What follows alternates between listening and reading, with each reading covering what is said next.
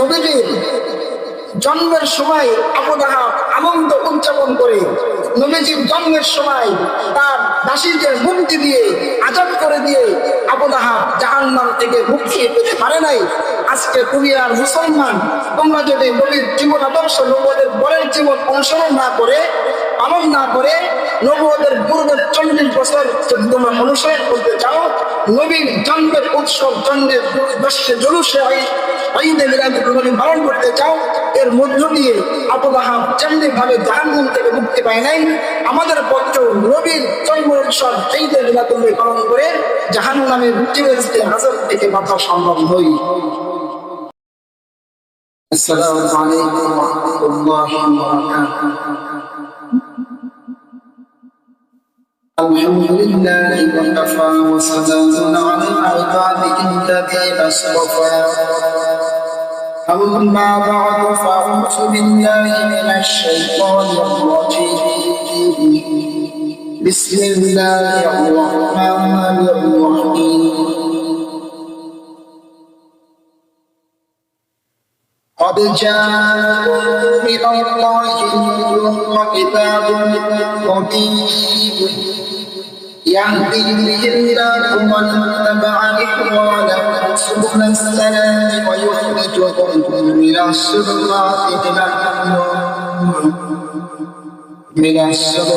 إلى النور بإذنه ويهديهم إلى صراط مستقيم. وعن قتادة رضي الله عنه قال يا رسول الله أرأيت صوم يوم الاثنين ويوم الخميس؟ قال فيه ولدت وفيه أنزل علي القرآن أو كما قال عليه الصلاة والسلام. بارك الله لنا ولكم في القرآن العظيم ونفعنا وإياكم بالآيات والذكر الحكيم.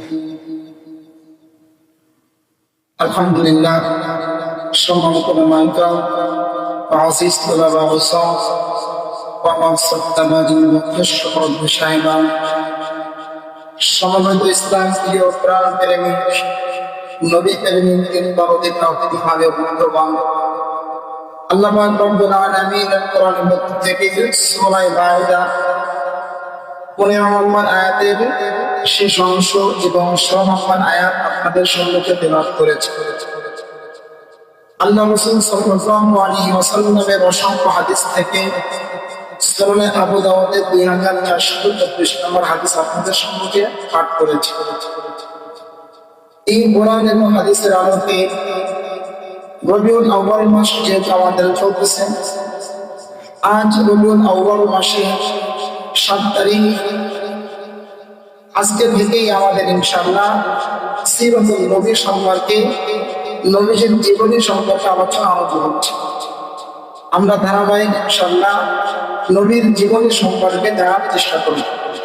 মুহতারাম হাজিরিন, আল্লাহ রাসূল সাল্লাল্লাহু আলাইহি ওয়াসাল্লামের জীবন এক সোমবার শুরু হয়েছিল, ঠিক 63 বছর পরে গিয়ে আর এক সোমবারের দিন নিভে গিয়েছে। আল্লাহ রাসূল সাল্লাল্লাহু আলাইহি ওয়াসাল্লাম এর জন্ম নিয়ে জন্মগুলি বর্ণনা পাওয়া যায়। এর মধ্যে সবচেয়ে বিশুদ্ধ বা সহিহ বর্ণনা বা অভিমত হচ্ছে হজরত বাহিনীর 50 বা 55 দিন পর রবিউল আউয়াল মাসের 8 তারিখের সোমবারের দিন সুবহ সাদিকের পূর্বে চাচা আবু তালিবের ঘরে জন্মগ্রহণ করেন আমাদের নবী মুহাম্মদ আরবি সাল্লাল্লাহু আলাইহি ওয়াসাল্লাম। যদি আমাদের মধ্যে প্রসিদ্ধ হয়ে আছে 12 রবিউল আউয়াল, আমরা বলেছি জন্ম উৎসব বা জন্ম হয়েছে করে আমাদের মধ্যে প্রসিদ্ধতা আছে।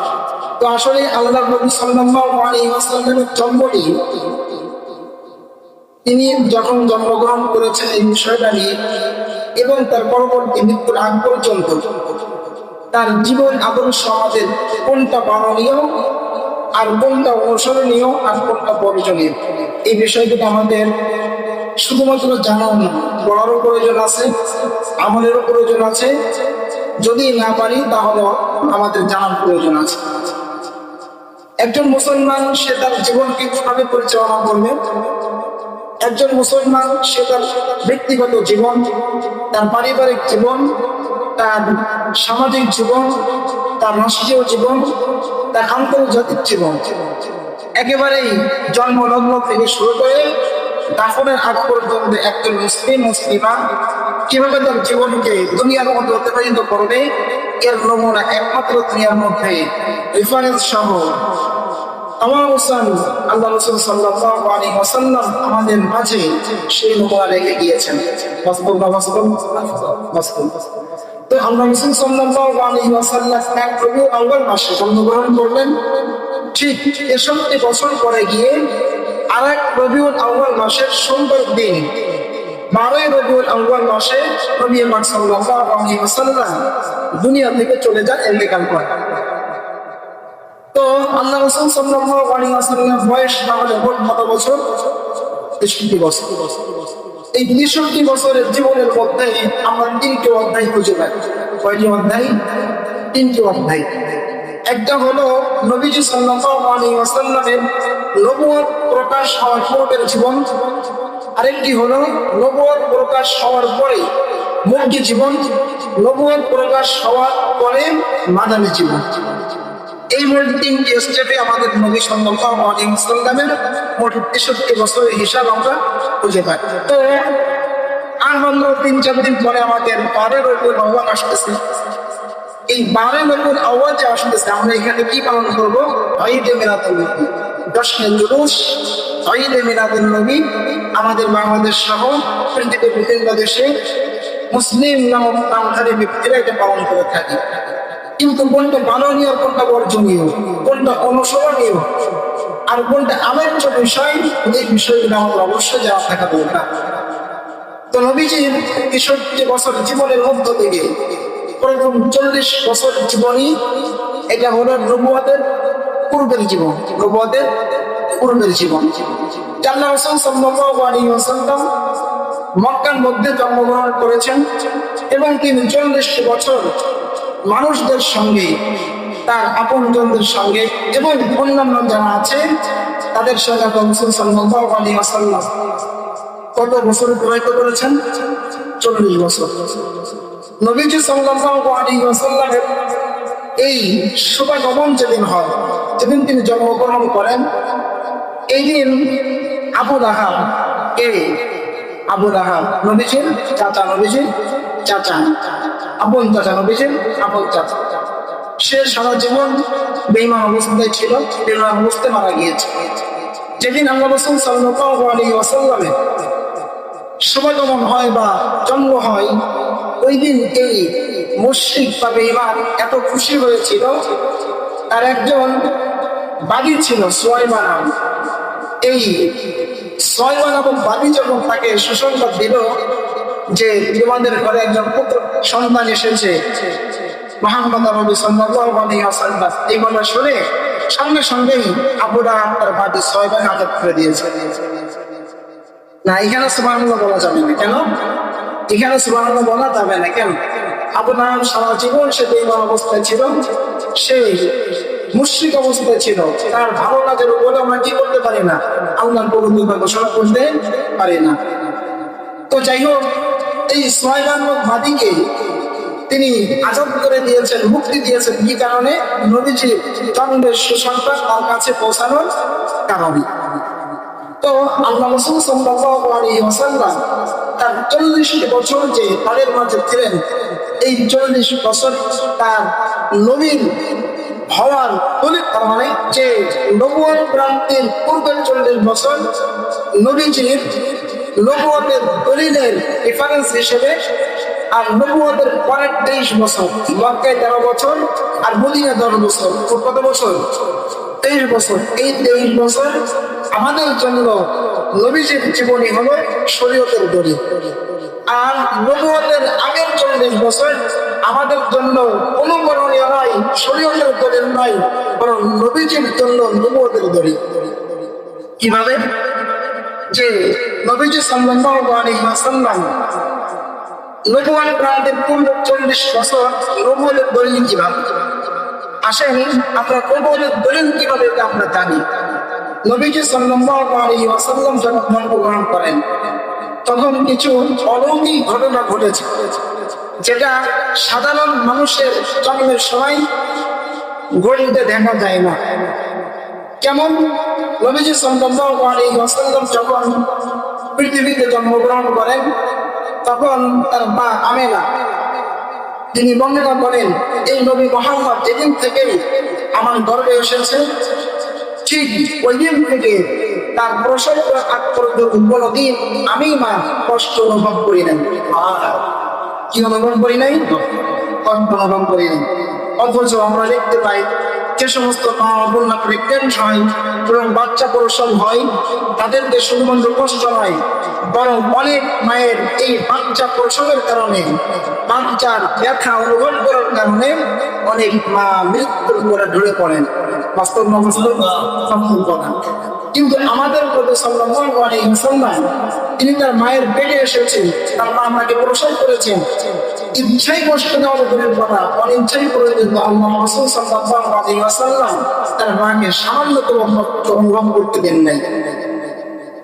বলেন তো, আমাদের দুনিয়ার কোনো মানুষের পক্ষে, দুনিয়ার কোনো ব্যক্তির পক্ষে তার মায়ের পেটে আসার পরে প্রসবের আগ পর্যন্ত নবীর মতো সিফাত ধারণ করা সম্ভব?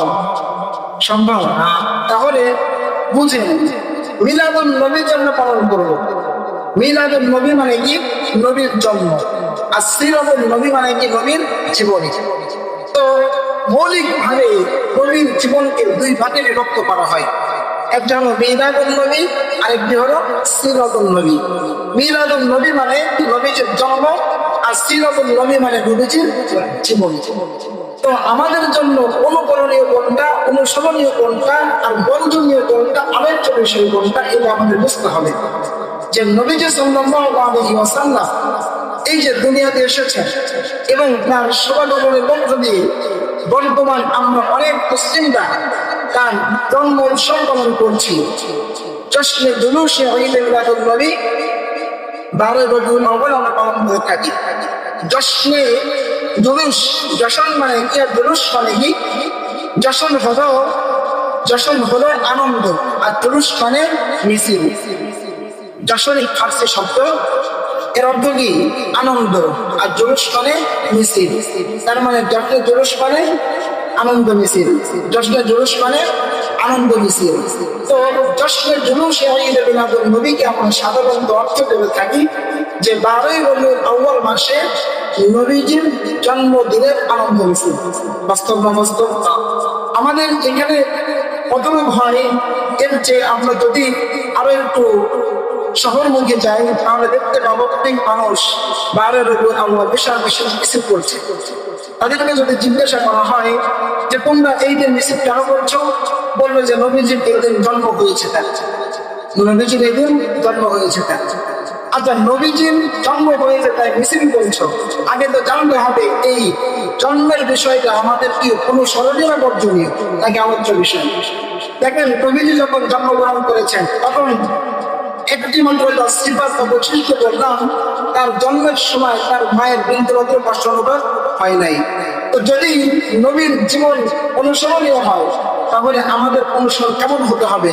নবীজি যেমনে ভূমিষ্ঠ হয়েছেন, তার মা প্রসব করেছেন, আমাদেরও ঠিক একইভাবেই দুনিয়াতে জন্ম হওয়াকেই তো নবীর জন্মদিন উৎসব বা মিলাদুন নবী নয় বলে থাকবো আমরা। কিন্তু আমাদের কারোর পক্ষে কি নবীর মতো জন্ম হওয়া সম্ভব? তাহলে নবীর জন্ম উৎসব পালন কিভাবে করলাম? হইল এটা। নবীজি সাল্লাল্লাহু আলাইহি ওয়াসাল্লাম যখন পৃথিবীতে শুভাগমন করেছেন, তার মায়ের পেট থেকে এসেছেন, তখন তিনি বাস্তুনান স্বপ্নাগিরিত অবস্থায় ছিলেন, স্বপ্ন অবস্থায় ছিলেন। নবীজি বলেন, কোনদিন আমার কোনো লজ্জা স্থান দুনিয়ার কোনো মানুষ কোনোদিন দেখতে পাই নাই। সুবহানাল্লাহ বলবেন না? নবীজি বর্ণনা করেন যে আমি দুনিয়াতে এসেছি, আমার স্বপ্ন অবস্থায় আমার জন্ম হয়েছে এবং আমার লজ্জাস্থান পৃথিবীর কোনো মানুষ দু চোখে দেখে নাই। তাহলে যদি আমরা নবীর জন্মদিন উৎসব পালন করতে চাই তাহলে দণ্ডে পালন করতে হবে। নবী যে কেমনে পালন করতে পারছেন, তাহলে আলোচনার বিষয় কোনটা আর অনুসরণের বিষয় কোনটা এটা আমাদের জানতে হবে। নবীজি যখন দুনিয়াতে জন্মগ্রহণ করেন তখন নবীজি সাল্লাল্লাহু আলাইহি ওয়াসাল্লাম জন্মগ্রহণ করার সঙ্গে সঙ্গে কাবার মধ্যে যে 313টা মূর্তি ছিল সমস্ত মূর্তিগুলি আল্লাহর সামনে সাজদায় অবনত হয়ে গিয়েছে। নবীজি যখন দুনিয়াতে আসেন তখন সমস্ত কাবার ঘরের মূর্তিগুলো আল্লাহর সামনে সাজদায় অবনত হয়ে গিয়েছিল। আমরা বা আমাদের দুনিয়ার কোনো মানুষের পক্ষে জন্ম নেওয়ার পরে কোন মুশরিক বা বেঈমানদের মূর্তি আমাদের জন্য কি দুনিয়াতে সাজদা করতে হবে? হবে না। তাহলে নবীজির মতো যদি জন্ম আমরা উৎসব পালন করতে না পারি তাহলে এইটা কোনোদিন পালনীয় হতে পারে না, বরং এটা হতে পারে আলোচ্য বিষয়। এটা হতে পারে আলোচ্য বিষয়। নবীজি সাল্লাল্লাহু আলাইহি ওয়াসাল্লাম যেদিন দুনিয়াতে জন্মগ্রহণ শুভারম্ভ করেন ওই দিন তার স্বাভাবিকভাবে মায়ের নাড়ি কাটা অবস্থায় জন্মগ্রহণ করেছিলেন।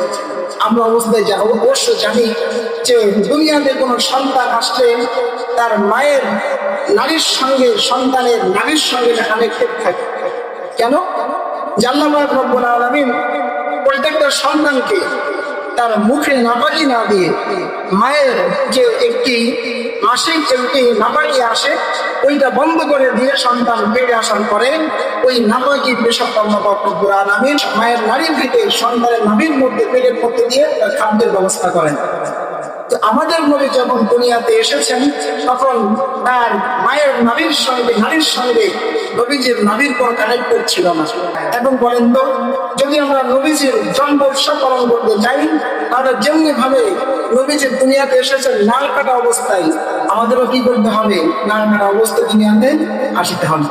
তার মানে বুঝতে পারি এই সমস্ত ঘটনার আলোকে আমরা বুঝতে পারি যে নবীজি সাল্লাল্লাহু আলাইহি ওয়াসাল্লামের জন্ম উৎসব পালন করা আমাদের পক্ষে সম্ভব না। কাজেই আমরা হাদিস থেকে জানি, সুনানে আবু দাউদের হাদিস, হযরত কাতাদা রাদিয়াল্লাহু আনহু বর্ণনা করেন, ইয়া রাসূলুল্লাহ আরাইতা সাওমা ইয়াউমিল ইসনাইন ওয়া ইয়াউমিল খামিস, আপনি এই যে সোমবার আর বৃহস্পতিবার রোজা রাখেন এর কারণটা কি? কি জন্য আপনি রোজা রাখেন?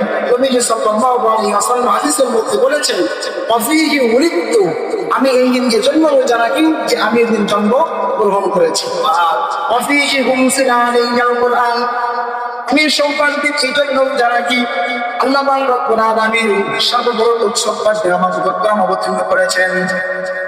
তাহলে এই হাদিসের মধ্যে যে আমরা জানতে পারলাম যে নবীজি সাল্লাল্লাহু আলাইহি ওয়াসাল্লাম জন্ম উৎসব পালন করেছেন রোজার মধ্য দিয়ে। কিসের মধ্য দিয়ে?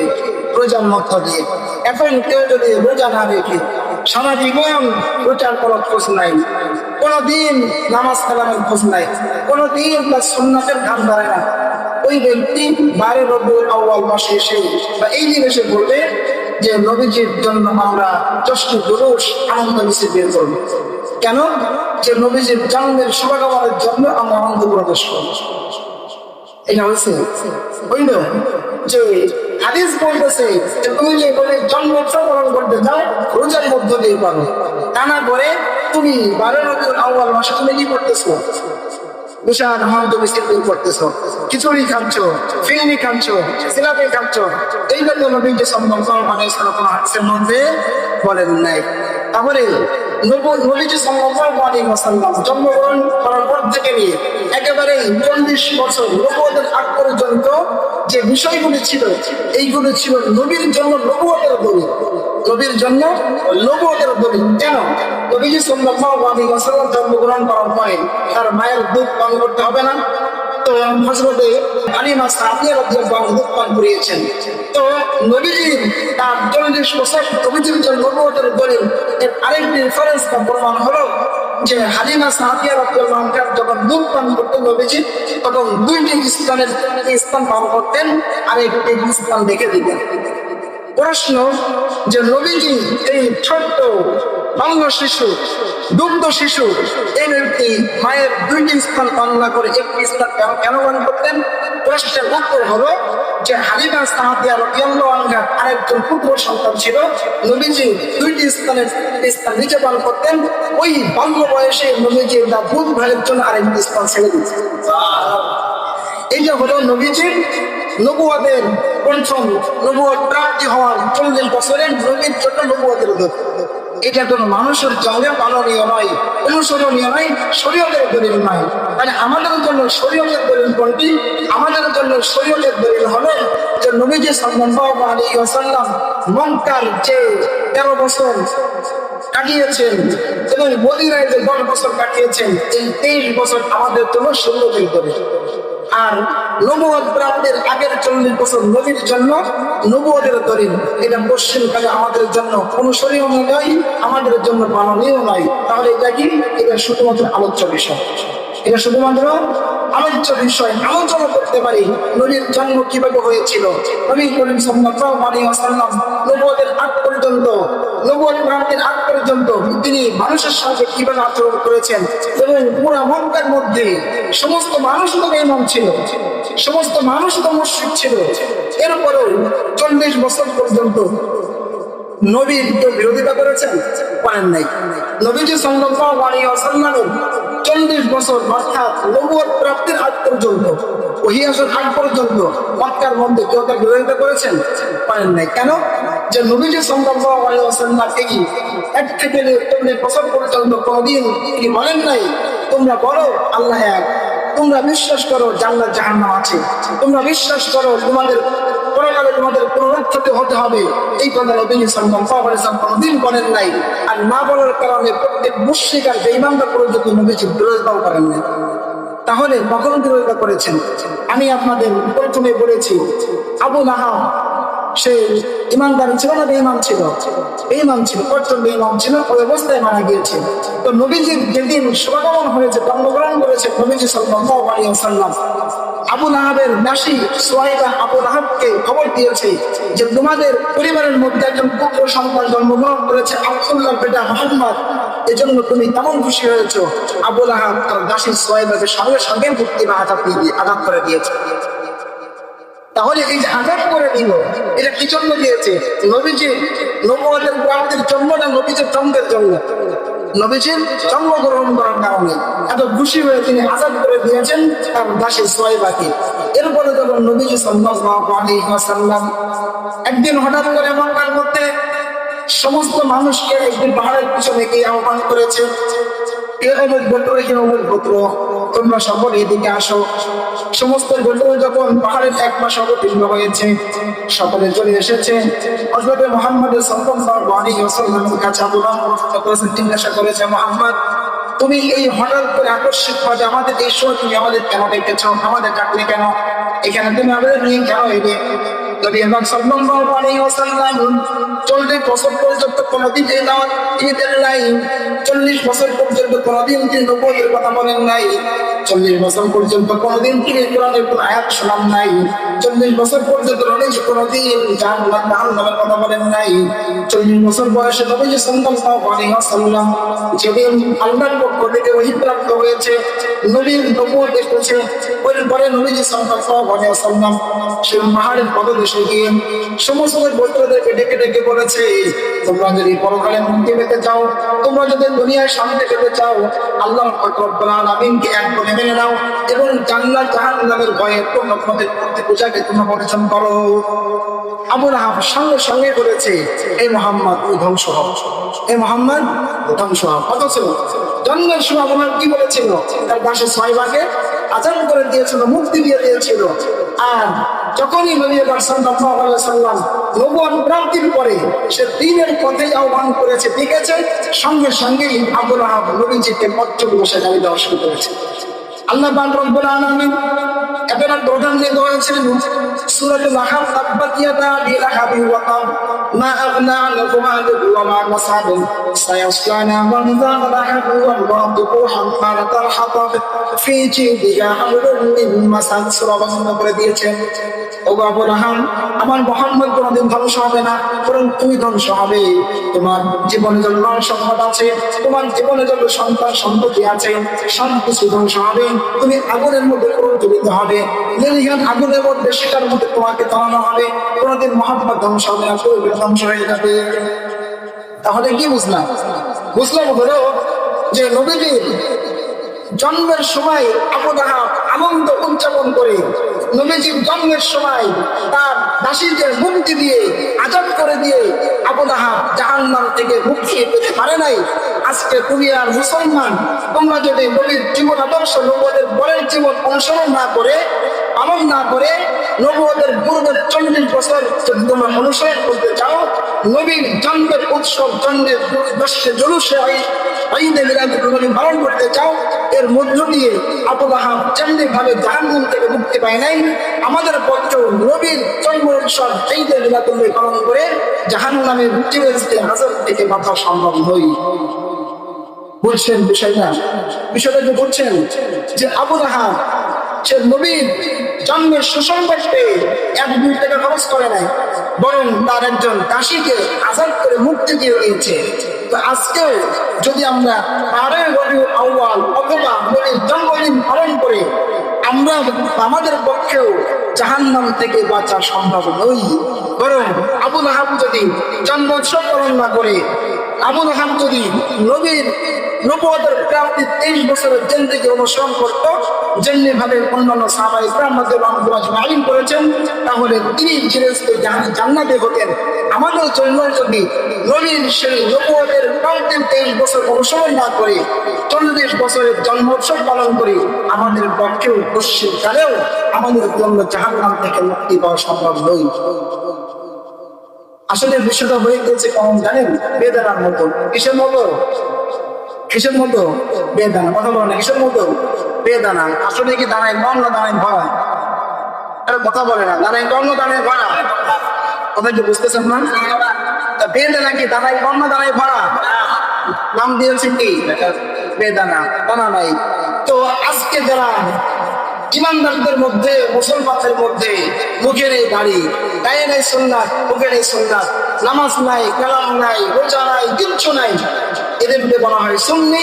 আর যাদের মুখে আছে নবীর সুন্নাত, মাথায় আছে নবীর সুন্নাত, গায়ে আছে নবীর সুন্নাত, কথায় আছে নবীর সুন্নাত, ব্যক্তিগত জীবনে আছে নবীর সুন্নাত, পারিবারিক জীবনে আছে নবীর সুন্নাত, সামাজিক জীবন আছে নবীর সুন্নাত, রাষ্ট্রীয় জীবন আছে নবীর সুন্নাত, আন্তর্জাতিক জীবন আছে নবীর সুন্নাত, আমরা ওদেরকে বলি হলো ওয়াহাবি বা কাফের। আর যাদের মুখে নেই দাড়ি, মাথায় নেই সুন্নাত, গায়ে নেই সুন্নাত, ব্যক্তিগত জীবনে নেই সুন্নাত, পারিবারিক জীবনে নেই সুন্নাত, সামাজিক জীবনে নেই সুন্নাত, রাষ্ট্রীয় জীবনে নেই সুন্নাত, আন্তর্জাতিক জীবনে যাদের নেই সুন্নাত, ওদেরকে আমরা নাম দিয়েছি সুন্নি। বেদনা দানাই বড় ফলকে আমরা নাম দিয়েছি বেদনা। আর আমাদের ঠিক একই কথা, যাদের জীবন ভরা বাপ থেকে নিয়ে মাথা পর্যন্ত সুন্নাতে ভরা, তাদেরকে আমরা ওয়াহাবি বা কাফের বলে গালি দিচ্ছি। আর যাদের মধ্যে সামান্যতম সুন্নাতের কোনো বালা খুঁজে পাওয়া যায় না, চিহ্ন নাই, তাদেরকে আমরা সুন্নি বলে সমাজের মধ্যে আখ্যায়িত করছি। বাস্তব না বাস্তব? বিষয়টা কি বুঝছেন ভাই? তাহলে সর্বশেষ কথা, 1 মিনিটের সংক্ষেপ। আজকে আলোচনার মধ্য দিয়ে আমরা বুঝলাম নবীর জীবনের মোট কয়টা অংশ? 2টা অংশ। কয়টা অংশ? 2টা অংশ। একটা হলো মিলাদুন নবী, মানে নবীর জন্ম, আরেকটি হলো সিরাতুন নবী, নবীর জীবনী। মিলাদুন নবী কি অনুসরণীয় না আলোচ্য বিষয়? আলোচ্য বিষয়। নবীর মিলাদুন নবী এই বিষয়টা কি অনুসরণীয় আলোচ্য বিষয়? আলোচ্য বিষয়। আর সিরাতুন নবী মক্কায় 13 বছর, মদিনায় 10 বছর, এই 23 বছর নবীর নবুয়তের সর্বশেষ 23 বছর, এটা কি আলোচ্য বিষয় নাকি অনুসরণীয় বিষয়? অনুসরণীয় বিষয়। তো আজকে আমরা শুধুমাত্র জানলাম নবীর জন্ম কিভাবে হয়েছিল এবং নবীর কোনটা অনুসরণীয় আর কোনটা বর্জনীয়, কোনটা আমাদের জন্য নবীর জন্য নবুয়তের দলিল আর কোনটা আমাদের জন্য শরীয়তের দলিল। আগামী সপ্তাহ থেকে এর পরবর্তী থেকে আমরা আলোচনা করবো ইনশাআল্লাহ তাআলা। মুহতারাম, আমি 2টি কিতাব নিয়ে এসেছি। একটি হলো নবী রহমত, বাংলা আবু সাইদ মোহাম্মদ আবু রাজি রহমাতুল্লাহ আলাইহি লিখিত। খুবই গ্রহণযোগ্য নবীজির সিরাত এবং আরেকটি হলো আত-তাওহীদুল মাকতুল। এই দুটি কিতাব খুবই গ্রহণযোগ্য। আমরা নিজেরা ইনশাআল্লাহ পড়বো যে দুটি কিতাব আমরা নিজেরা পড়বো, আর বাচ্চাদেরকে আমরা নবীর জীবনের সম্পর্কে জানার জন্য মাসায় কিনে নেওয়ার ইনশাআল্লাহ। যদি মনে করেন আমি পড়তে পারি না, কমপক্ষে 2টি কিতাব কিনে দিন, কিনে বাসায় রাখেন। আপনার যখন সন্ধ্যা হবে না তখন এতটুকু জানবে নবীর রহমত আর মাহতুল মাকতুল নবীজির জীবনের সম্পর্কে আলোচনা এখানে আছে। এই জন্য কিনবো ইনশাআল্লাহ। আল্লাহ পাক রব্বুল আলামিন আমাদেরকে তৌফিক দান করেন। আল্লাহ পাক রব্বুল আলামিন আমাদের নবীর জীবনে আমল করার তৌফিক দান করেন। ওয়া মা আলাইনা ইল্লাল বালাগ। আসসালামু আলাইকুম ওয়া রাহমাতুল্লাহ।